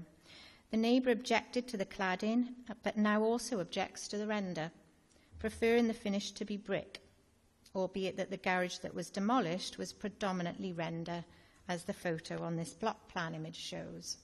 So there's the original garage, predominantly render, not entirely brick. And also just pointing to the relationship on the block plan with the very marginal projection forward of the extension compared to the neighbour's garage. The neighbour has provided extensive commentary on the proposal and met with the case officer, who has observed the impact of development from the neighbour's property. The photo on the far left of this slide shows the development when viewed from the neighbour's property, along with views of it from the highway and with its current clad finish, which, as I've said, is to be replaced.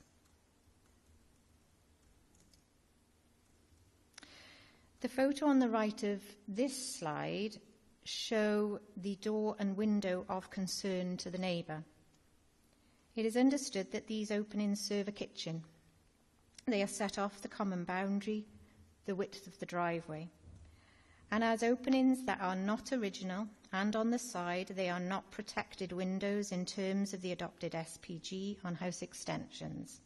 That said, The officer undertook the standard light test set out in the SPG, and unsurprisingly, the elevation test passes.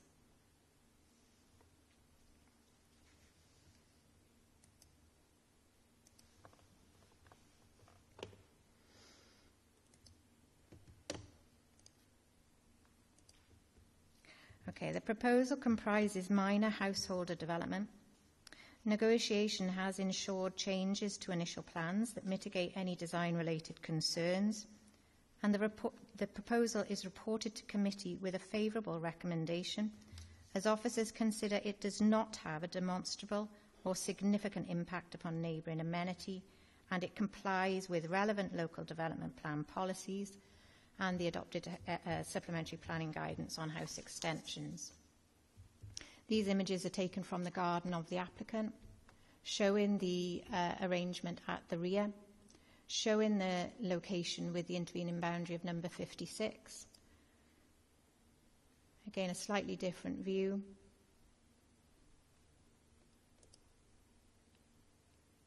And again, there's a really close shot showing the relationship of the extension to the intervening boundary with number 56. The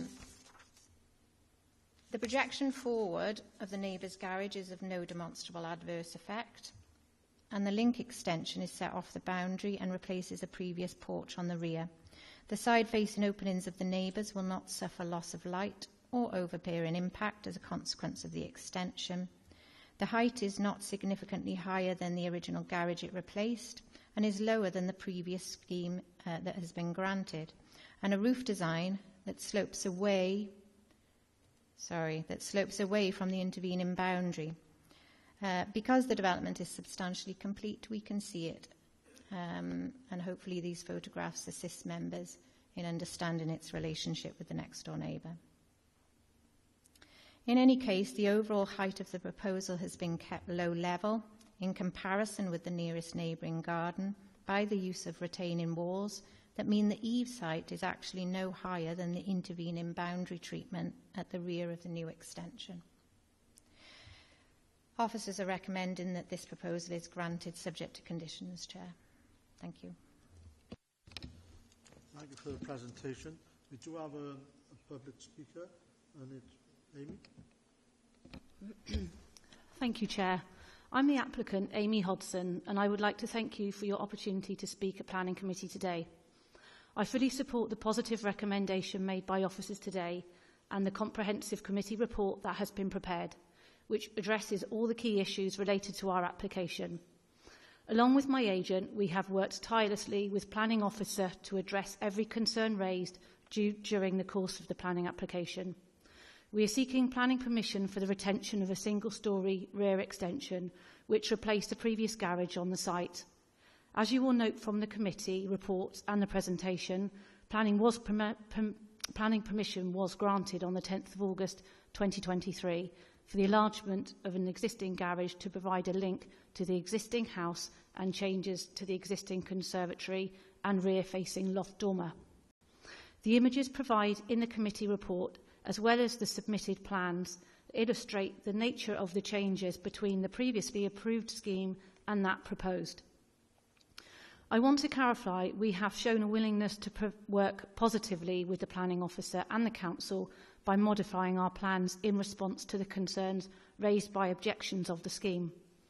Specifically, we agreed to finish the front elevation of the extension and the side elevation facing number 56 with a textured render to match the existing house and vertical timber boarding on the front gable to match the front gable of the dwelling. This shows our commitment to addressing our neighbours' concerns. The amendments made to the cladding directly respond to the concerns raised by our neighbour. The property is neither listed nor a conservation area. The extension is positioned at the rear and falls within a large residential curtilage, which replaces a previous garage. From a design perspective, the submitted scheme, as revised, will preserve the character and appearance of the host dwelling, as well as the surrounding streetscape. The proposal with the amendments to the external finish ensures full compliance with the aims of both policy GP6 and the house extensions and domestic outbuildings SPG. One of the objections from number 56 relates to the fact that the extension projects further forward than their garage. Our neighbour claims that this is harmful to their amenity. Given the sensitive design of the extension and the previous development approved by the council, along with the fact that the kitchen of window at number 56 is not original, it is clear that the proposal does not breach the 45-degree test for light. In addition, there will be no loss of privacy or overbearing impact. The proposal is one that is fully compliant with policy GP2 of the local development plan. With regards to biodiversity, we intend to install a bird box in the rear gable of the extension to ensure that there is a net biodiversity gain. Finally, 3 offset parking street spaces will be retained to ensure that there are no highway safety concerns. In summary, the proposal will provide much-needed additional living accommodation. This extension has been designed with a sensitive approach to ensure it blends seamlessly with the existing house, and we have taken steps to the front elevation of the extension and the side elevation facing number 56 with a textured render to match our existing house, and added vertical timber boarding on the front roof gable to match the front gable of our dwelling. These design choices were made specifically to ensure visual harmony and to mitigate any perceived intrusion or discordance with number 56, as well as ensuring there is no harm to the amenity of number 56. For the reasons I have set out and described in this committee report, the proposal complies with both local and national planning policies. Therefore, it is respectively requested that you approve the application today. Thank you. Thank you very much. I'll now open the floor to the committee. Any questions? Councillor Linton. Thank you, Chair.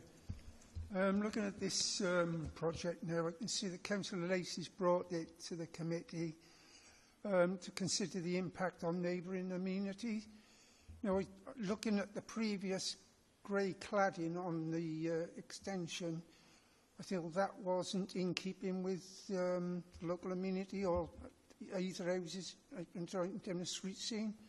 So changing it to a render finish and the timber vertical on the gable, I think that is more in keeping on the street scene with the houses either side and across the road as well.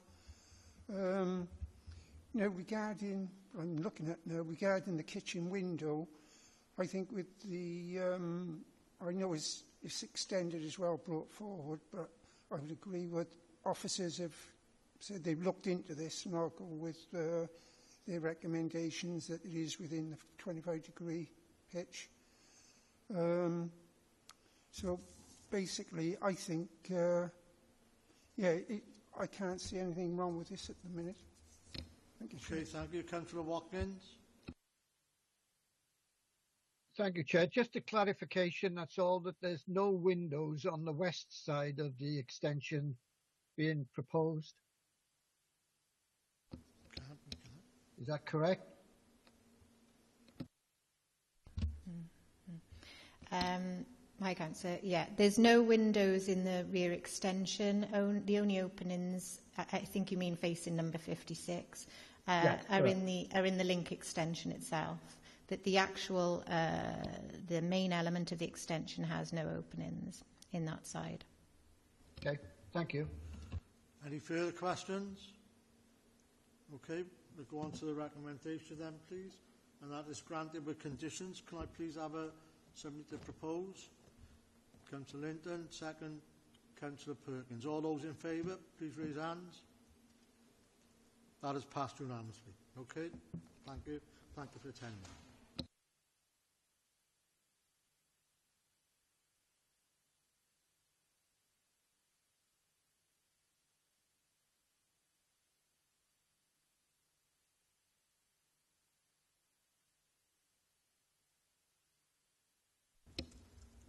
We will have a comfort break if anybody wants one, yeah.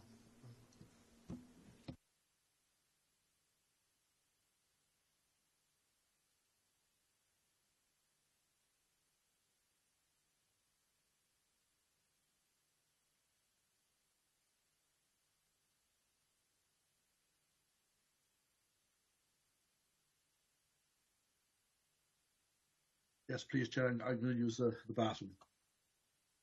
Okay, yeah, no problem. If anyone needs, disappear out of your cameras, you can, yeah. You don't have to take your cameras with you, we're okay.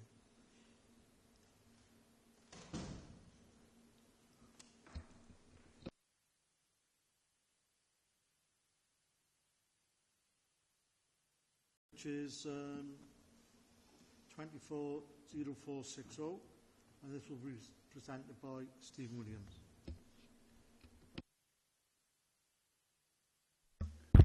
Thank you, Chair.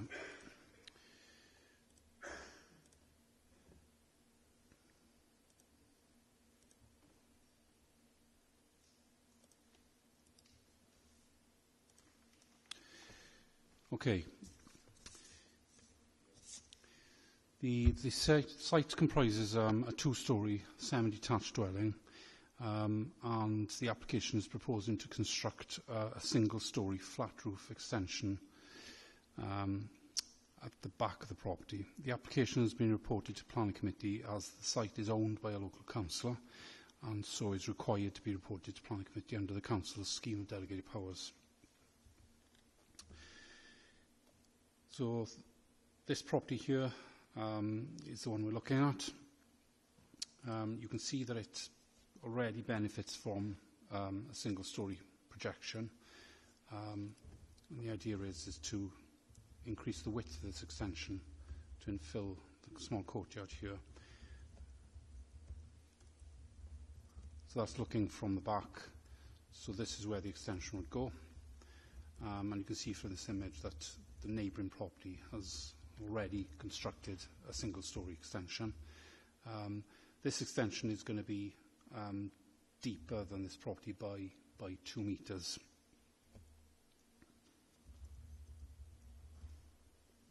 So there's the ground floor layout, and this orange colouring denotes the new walling. So this part of the extension is just going to remain as it currently is, and then it's going to extend it to the side.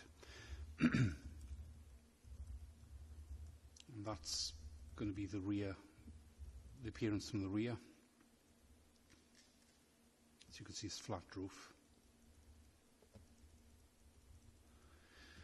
And that's the neighbour, the view from the property to the south, which won't change, because that's the existing rear.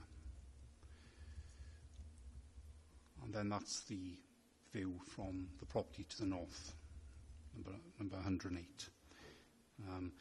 So there's a boundary wall at the moment, so they're going to construct the lower part of the extension in brickwork to make sure that they can actually reach, because you won't be able to render it otherwise, and then render the top half.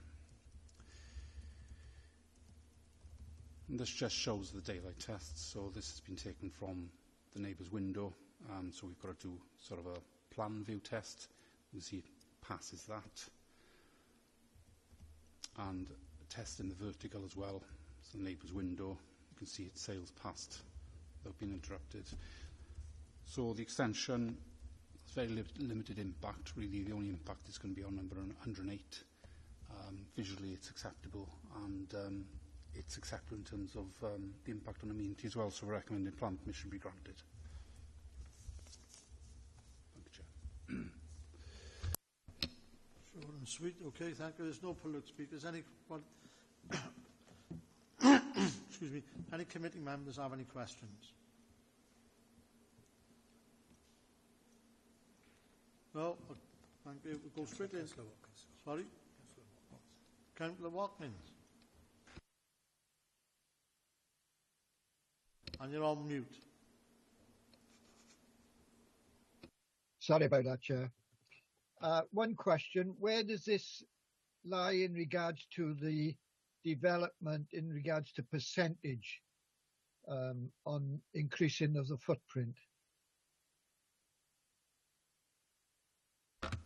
I think you're referring to permitted development rights, and the old permitted development rights that used to rely on, you'd have to calculate the percentage increase and cumulative percentage increase in volume of extensions on an existing property to determine whether planning permission is necessary or not. But they've submitted a plan application, so the percentage increase is not, we're not assessing whether plan permission is needed. We're looking at the merits of the scheme. So I haven't got that information, but I don't think it's really relevant to the decision. Okay. Thank you, Chair. Okay, thank you. Councillor Jones. Chair, it's related to the roof extension, the extension with the roof pitches. Can I ask a question after we do the voting to the officers, please? After the voting? Yeah, after the voting. It's just a clarification. You can speak to the officer after the meeting. Yes, please. Okay. So we have a proposal to be granted with conditions. Could I propose it, please? Councillor Jones, second. Councillor Jordan, all those in favour? Gentlemen, you should be listening. Thank you. Passed unanimously. Thank you. Right. Thank you all for that, and I'll see you all next month. Thank you. Bye. Bye, Chair.